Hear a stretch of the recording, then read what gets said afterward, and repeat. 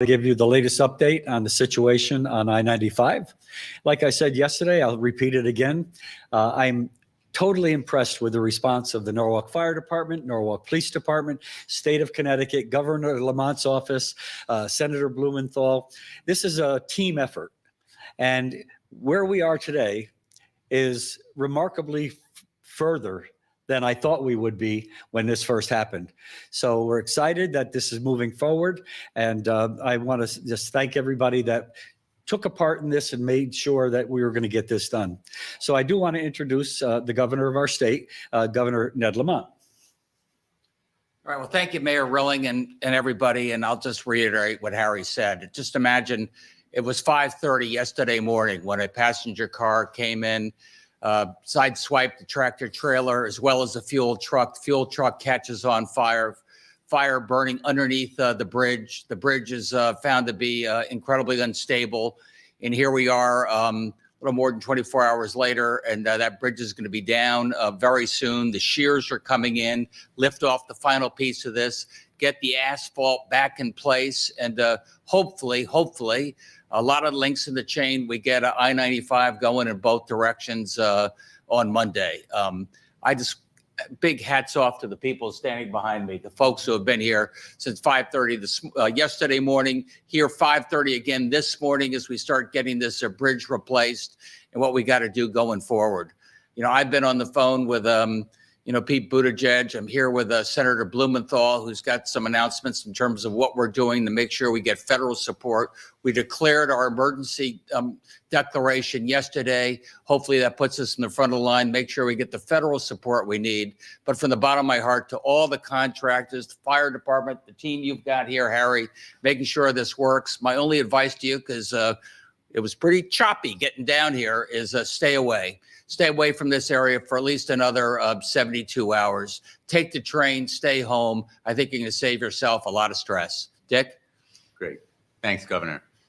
Thank you to Mayor Rilling. And I want to add my thanks to the Norwalk Police and Fire. They have been absolutely magnificent, and to the state police as well, and all of the state DOT cooperating with the federal DOT. And the people of Connecticut should know that the cost of this repair is going to be borne by the federal government. The money is there. It doesn't have to be appropriated, doesn't have to be authorized. There is Federal Highway Administration money there for emergency relief designed to meet exactly this need. And we are going to be writing as a delegation to the Federal Highway Administration, which is part of the Federal Department of Transportation. We're going to be demanding money to cover all of the costs, probably in the tens of millions of dollars, at least $20 million. And we have every assurance that the Department of Transportation will provide this emergency relief. So none of the cost is borne by Connecticut taxpayers.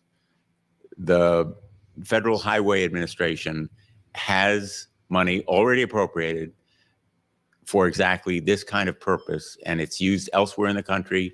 Connecticut should have its fair share. In the meantime, the real workload burden is going to be borne by the contractors and the Department of Transportation of the state of Connecticut.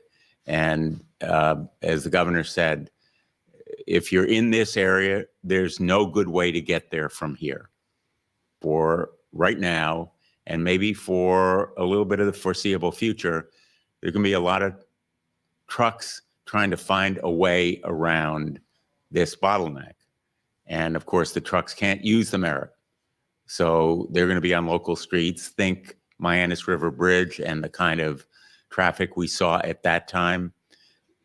Federal money is going to be there to cover the financial cost, but the inconvenience and the other burdens are going to be borne by the people of this area. I live here, so I go to Hartford every day that I'm in Connecticut or on those roads, and I'm going to be trying to accommodate my schedule, for example, leaving a little bit earlier in the morning, say at 6:30 instead of 7:30.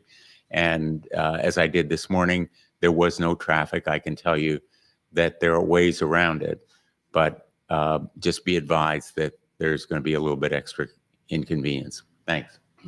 Gary, you could. Yep, good afternoon. So, Connecticut Department of Transportation, working with the contractor on seeing Yonkers Construction, is currently in the midst of demolishing the existing bridge that is out there, bridge number 55. Quite a lot of work has been done in just the past few hours. Once the concrete is removed from the structure, we have equipment on the way, large shears that will be able to remove the actual beams from the bridge. Once that is completed, we will then begin to remove debris, and then we will be able to resurface the roadway, hopefully opening up in time for rush hour morning traffic Monday morning. Do want to thank all the first responders, law enforcement who have been providing traffic control to allow us to do our work. But my request to the public would be to please be patient. We have seen instances of people getting frustrated with the queues of traffic, trying to get around those crews, actually entering into our work zones, putting contractors and DOT workers at risk. So need people to be patient, try and avoid the area, and encourage people to take the train into Norwalk to visit some of the restaurants and bars if you can, patronize the businesses who might be impacted. With that, I'll turn it back to the governor and the mayor. Yes, Garrett Euclid, I'm the commissioner of the Connecticut Department of Transportation. Any questions? Commissioner, a couple questions. The state of the road, I-95, do you have to do a lot of milling and repaving there? So we can't entirely inspect it until the demolition is complete. We think we'll just have to do a little milling and resurfacing on at least one of the sides. Yes, that should. Yesterday about the pier in the middle that holds the thing up. Yep. Have your engineers been able to take a look at it? Do you know if you're going to be able to reuse that? We won't be able to reuse the pier. We're right now determining whether we will take it down in the next couple of days or wait until the full reconstruction to take it down. Okay, and a number of us have done stories north and south of this point. Connecticut being innovative with the use of ABC, the accelerated bridge construction. Is this a candidate for ABC replacement?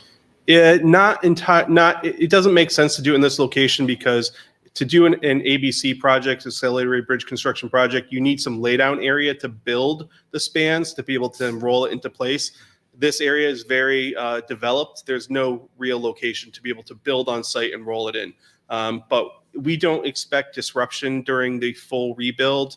It could be like any other highway project where we would just take a lane on either side to put the beams in place.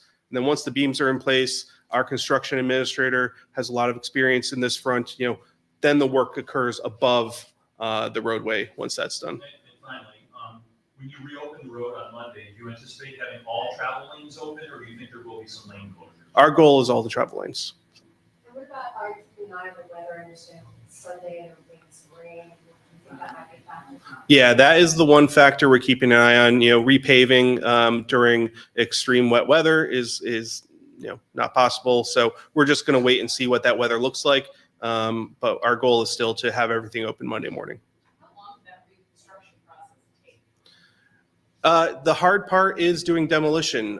So once that's done and we have a blank slate, it can take a little over a year is the goal. The fact that this bridge is less than 10 years old, we basically still have the plans and to just redoing the same bridge. We do have all the plans, but we are going to look at the load ratings because federal requirements change over time. So there have been changes in some of the federal requirements on load ratings since that bridge was, the design plans were finalized in 2011 to now. So we're going to need to wait and see what those changes have been.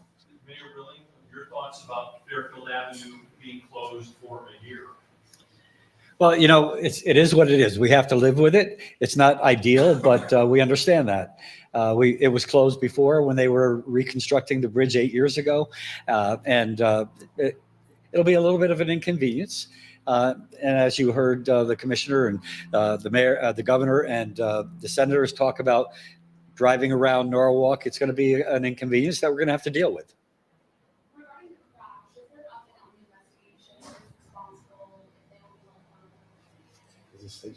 be State Police did that investigation, yesterday morning, and we'll get the results of that very soon, but nothing to report yet.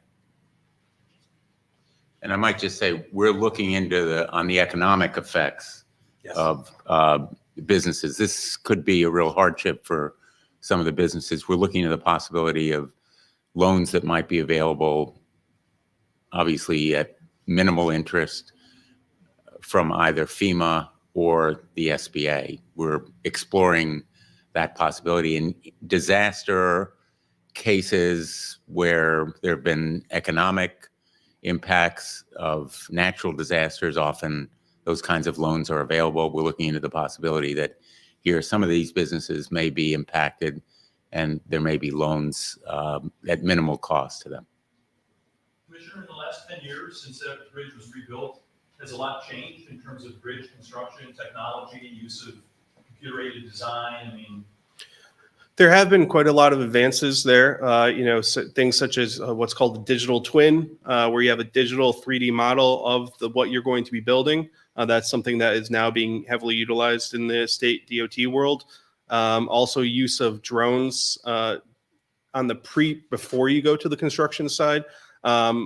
In this instance, a lot of those may not be necessary because we've already, advanced quite a bit in this process where we have some designs already. We're going to dust those off, see what needs to be updated.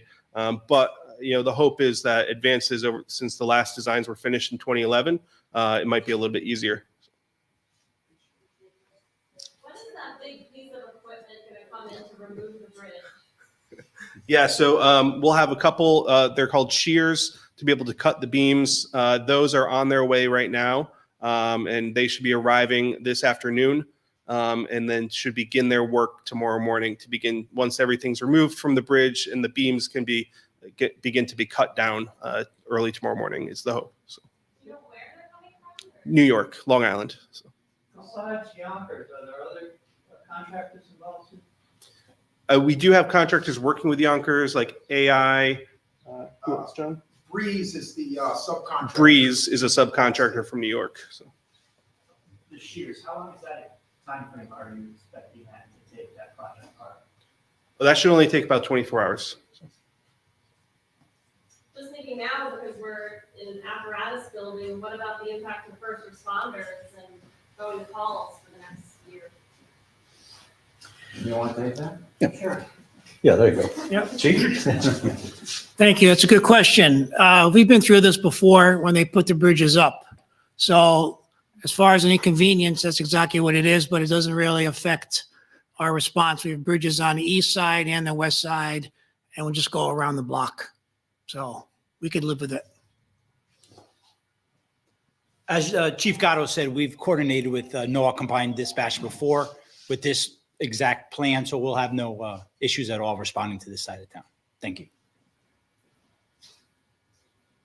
thank you. Thank you, everybody. Thank you. That was painless. Well done. There we got all these 100-year-old bridges.